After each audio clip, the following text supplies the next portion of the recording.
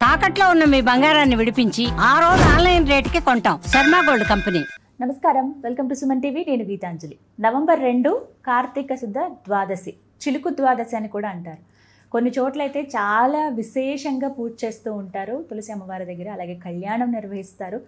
అలాగే ఏకాదశి వ్రతం ఎవరైతే ఆచరించారో వారు ద్వాదశి రోజున కూడా పూజా విధానాన్ని చేస్తే అప్పుడు ఆ వ్రతం పూర్తయినట్టు అని అంటారు. మరి ఏ విధంగా చేయాలి, ఎటువంటి నియమాలు మనం పాటించాలి, విధి విధానాలు, వీటి గురించి తెలుసుకుందాం. వివరించేందుకు ప్రస్తుతం మనతో పాటు ఉన్నారు.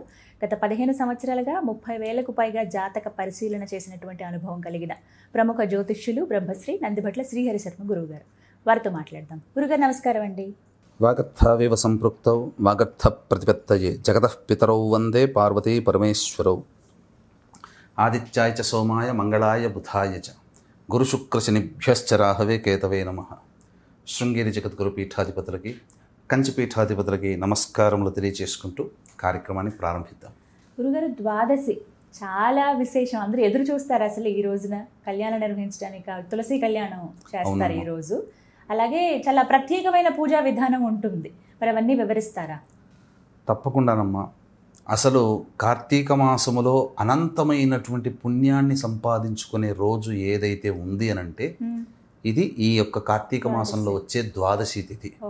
ద్వాదశి తిథి విష్ణు సంబంధమైనటువంటిది, ఆదిత్యునితో సమానమైనటువంటి ద్వాదశి తిథి, సప్తమితో సమానమైనటువంటిది. ఈరోజు అనగా నవంబర్ 2వ తారీఖు ఆదివారం అవ్వడం కూడా చాలా విశేషం అమ్మా. ఈ యొక్క ద్వాదశి రోజున చేసేటువంటి పుణ్యముని సంపూర్ణముగా పొందాలి అనుకున్నప్పుడు ఆ ముందు రోజు అయినటువంటి ఏకాదశి రోజున వ్రత నియమాన్ని ఆచరించిన సంపూర్ణమైనటువంటి అనుగ్రహం పొందుతాం. ఒకవేళ విధివశాత్తు ముందు వీడియో మనం చూడలేదు, ఈ వీడియోనే చూశారని అనుకుందాం మన ప్రేక్షకులు. ఈ రోజున కనీసము ప్రయత్నపూర్వకంగానైనా కానీ మనం చెప్పినటువంటి పుణ్య కార్యక్రమాలు కనుక చేసుకుంటే ఆ యొక్క మానవుడికి పొందేటువంటి పుణ్య ప్రభావాన్ని మనం మాటల్లో వర్ణించలేము. ఆ పుణ్యాన్ని పొందిన వ్యక్తి ఆపద సమయంలో తను ఆపద నుంచి గట్టెక్కినప్పుడు నేను పలానా సుమన్ టీవీ ద్వారా పలానా శ్రీహరి శర్మ గారు చెప్పినటువంటి వీడియో విని చేసుకున్న పుణ్యం వల్ల నాకు ఈ యొక్క గండం దప్పింది అని చెప్పి అప్పుడు ఆనందపడతాడు. అంతవరకు తెలియదు. అంటే గండం రావాలని కోరుకోదమ్మా. ప్రతి మనిషికి మీకు ఉంటాయి, నాకు ఉంటాయి గండాలు. కానీ ఆ యొక్క పుణ్య ప్రభావం మనల్ని ఆపద సమయం నుంచి గట్టెక్కిస్తుంది. ఆ పుణ్యాన్ని సంపాదించుకునే రోజే ఈ యొక్క కార్తీక శుద్ధ ద్వాదశి. దీనినే క్షీరాబ్ది ద్వాదశి, చిలుకు ద్వాదశి అని అంటారు. అంటే ఏంటి, క్షీరసాగర మథనం ప్రారంభమైనటువంటిది ఈ రోజున. అందుకనే చిలుకుతారు కాబట్టి చిలుకు ద్వాదశి అయింది. క్షీరసాగర మథనం కాబట్టి క్షీరాబ్ది ద్వాదశి అయింది. ఈ రోజున ఎంతటి పుణ్యం అనంటే ఈ రోజున చేసినటువంటి దానము కానీ, ఈ రోజున చేసినటువంటి దీపారాధన కానీ, విష్ణు పూజ, శివ పూజ కానీ అనంతమైనటువంటి పుణ్య ఫలితాలను ఇస్తుందమ్మా. ఒక్క మాటలో చెప్పాలంటే కార్తీక మాసములో అనేక గ్రంథాలు పరిశీలన చేసిన తర్వాత ఈ ద్వాదశి మహత్యాన్ని విన్న తర్వాత మనసు పులకించిపోయి అసలు ఎప్పుడెప్పుడు ద్వాదశి వస్తుంది, ఎప్పుడు మనం పుణ్య కార్యక్రమం చేసుకోవాలన్న ఎదురు చూసేంత ఆ యొక్క కార్తీక శుద్ధ ద్వాదశి రోజున సూర్యోదయానికంటే ముందే నిద్రలేచి కాలకృత్యాదులు తీర్చుకొని చక్కగా ఇంట్లో దీపారాధన చేసి తులసి చెట్టు దగ్గర శంఖు చక్రం మరియు స్వస్తిక్ ఓంకార గుర్తులు, అష్టదళ పద్మం బియ్యపిండితో వేసి వాటికి చక్కగా గంధ పుష్పాక్షలతో అర్చన చేసి మధ్యలో ప్రమిద పెట్టి ఆ ప్రమిదలో ఆవు నేతి వేసి 3 ఒత్తులు దీపారాధన చేసి విష్ణు సహస్రనామ పారాయణం విధిగా చేయాలి. చేసి ఆవు పాలు, దానిమ్మ పండు, 2 అరటి పండ్లు నైవేద్యంగా పెడితే చాలు. ఇందులో ఏది పెట్టినా చాలమ్మ. కనీసము చక్కెర పెట్టినా చాలమ్మ. ఆ రోజున చెయ్యవలసినటువంటిది ఏంటంటే మానవుడు తాను భుజించకుండా ఉండి మధ్యాహ్నం వరకైనా కానీ ఆ రోజున ప్రయత్నపూర్వకంగా ఒక్క బ్రాహ్మణుడికి అయినా కానీ అన్నదానం చెయ్యాలి. కనీసము అన్నార్తులకి ఎవరికైనా కానీ తాను చక్కగా ఇంట్లో తయారు చేసిందైనా ఎక్కడైనా క్యాటరింగ్ సెక్షన్లోనైనా తయారు చేసి అన్నార్తులకి ఎవరికైనా అన్నదానం చేయండి. ఈ రోజున చేసిన పుణ్యము అనంతమైనటువంటి పుణ్యం అమ్మ. అంటే మనకు శాస్త్రంలో ఏం చెప్పబడి ఉందంటే కార్తీక సోమవారముల కంటే 1000 రెట్లు గొప్పది కార్తీక మాసములో వచ్చే కార్తీక శని త్రయోదశి. కార్తీక శని త్రయోదశి కంటే 10,000 రెట్లు కార్తీక పౌర్ణమికి ఉంటుంది. కార్తీక పౌర్ణమి కంటే 1,00,000 రెట్లు కార్తీక శుక్ల పాడ్యమి రోజున చేసినటువంటి పుణ్యం. అట్లాంటి 1,00,000 రెట్లు ఉన్నటువంటి కార్తీక శుక్ల పాడ్యమి కంటే 1,00,00,000 రెట్లు కార్తీక శుద్ధ ఏకాదశి ఆ రోజున చేసినటువంటి దానం. కానీ ఈ కార్తీక శుద్ధ ద్వాదశి 2వ తారీఖు అయింది. ఆ రోజున చేసినటువంటి పుణ్యము అనంతము, ఇన్ఫినిటీ అని అంటాం కదా, అనంతమైనటువంటిది.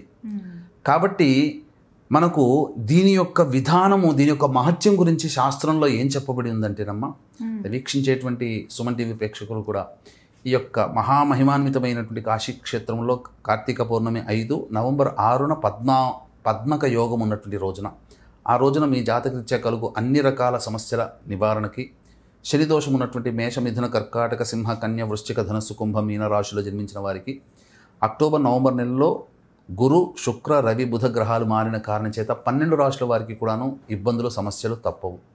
ఈ దోష నివారణార్థమై సర్వదోష నివారణ పూజలు, హోమాలు జరిపించి శక్తిపాతము చేసినటువంటి కరుంగలి మాల ఇవ్వడం జరుగుతుంది. ఈ కార్యక్రమంలో మీ గోత్రనామాదులు నమోదు చేసుకోవడానికి నవంబర్ 6వ తారీఖు రోజున మధ్యాహ్నం 2 గంటల లోపల గోత్రనామాదులు స్క్రీన్పై కనిపిస్తున్న నెంబర్కి కాంటాక్ట్ చేసి నమోదు చేసుకోవచ్చు. అలాగే నవంబర్ 20 కార్తీక అమావాస్య రోజున శ్రీశైలంలో, డిసెంబర్ 4 దత్తక్షేత్రంలో దత్త పౌర్ణమి రోజున కూడా ఇలా సర్వదోష నివారణ పూజలు, హోమాలు జరపబడతాయి. ఈ యొక్క కార్తీక శుద్ధ ద్వాదశి రోజున అన్నదానం ఒక్క బ్రాహ్మణుడికి చేస్తే కలిగే ఫలితం గురించి చెప్పమంటారమ్మా. శాస్త్రంలో ఏం చెప్పబడిందంటే 1000 సూర్యగ్రహణాలు, 10,000 వ్యతిపాత యోగములు, 1,00,000 అమావాస్యలలో అన్నదానము, అంటే గంగా నదీ తీరములో అన్నదానము చేస్తే ఎంత పుణ్య ఫలితమో అంత పుణ్య ఫలితము ఏక మొత్తంలో ఒక్క ద్వాదశి రోజున ఒక్క బ్రాహ్మణుడికి పెట్టడం వల్ల కలుగుతుంది. ఇంతటి విశేషం అంటే మరి మనం చెప్పలేం. దానం కూడా అంతే విధంగా ఉంటుందమ్మా. కాబట్టి ఇప్పుడు మనకు చెప్పాలి అంటే లాజికల్గా మనకు అందరికీ అర్థమయ్యేటట్టు చెప్పాలంటే, ఈ రోజున మీరు కొంటే మీకు 1+1 ఆఫర్, 1+2 ఆఫర్ అని అంటారు కదా, ఇలా అనమాట. మనకు చెప్పాలంటే మనం పుణ్యం సంపాదించుకోవడానికి ఇటువంటి తిథులు మనకు ఏర్పరచబడ్డాయి. ఈ రోజున కనీసము విష్ణు ఆలయాన్ని కానీ శివాలయాన్ని కానీ సందర్శన చేయాలి, దీపదానం చేయాలి. అంటే కనీసం 1 రోజుల పాటు విష్ణు ఆలయాన్ని సందర్శించకపోతే ఈ రోజునైనా సందర్శించినట్లయితే అనంతమైన పుణ్య ఫలితం కలుగుతుందమ్మా. కాబట్టి నాకు తెలిసి కార్తీక మాసంలో అత్యున్నతమైనటువంటి రోజు కార్తీక మాసం 1 రోజుల పాటు పౌర్ణమి కంటే గొప్పదని మనకు చెప్పాం కదమ్మా. అత్యున్నతమైన రోజు ఏదనంటే మానవుడు తరించడానికి ఈ యొక్క కార్తీక శుద్ధ ద్వాదశి రోజున ప్రధానంగా. అంతేకాకుండా ఈ కార్తీక శుద్ధ ఏకాదశికి ఏంటనంటే శాపవశాత్తు భూమిలో వెలిసింది తులసి కదా. బ్రహ్మాది దేవతలతో లక్ష్మీ సమేతుడై ఆ యొక్క నారాయణుడు భూలోకానికి అవతరించి తులసిని కళ్యాణం ఆడేటువంటి రోజు ఈ రోజు. కాబట్టి కృష్ణ భగవానుడికి ప్రత్యేకంగా ప్రదోషకాల సమయంలో తులసికి కృష్ణుడికి వివాహాన్ని జరిపిస్తారు. అంతేకాకుండా ఈ రోజున పాండురంగ విఠలుడు పండరీపురంలో ఉంది కదా, ఆ విఠలుడి యొక్క సన్నిధానంలో చాలా వైభవోపేతముగా జరుగుతుంది.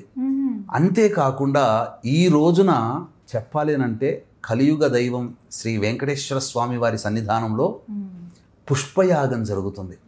ఆ యొక్క గర్భగుడి అంతా కూడా సువాసనతో కూడుకున్నటువంటి అనేక విధాలైనటువంటి అనేక రకాలుగా ఉన్నటువంటి అనేక పుష్పాలతో అర్చిస్తారు.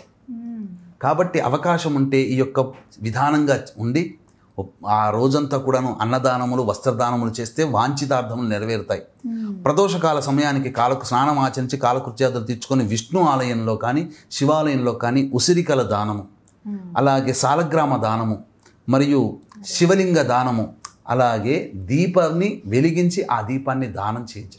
3 ఒత్తులు వెలిగించి ఆ దీపదానం చేయండి. ఈ యొక్క పాపములను లెక్కించడానికి చిత్రగుప్తుడున్నాడు, వాటిని అమలు చేయడానికి యముడున్నాడు. కానీ ఇలాంటి పుణ్యతిథి రోజున పుణ్యాన్ని సంపాదించుకున్నటువంటి మానవుడి యొక్క పుణ్యాన్ని లెక్కించడానికి 33 కోట్ల దేవతలకి కూడాను తరము కానటువంటిది. ఆ దేవతలు అందరూ హర్షించి ఈ రోజున మనకు చేసుకున్నటువంటి పుణ్యవశాత్తు హర్షించి మనకు అమృతాది ఆనంద యోగాలు మనకు కలగచేస్తారు.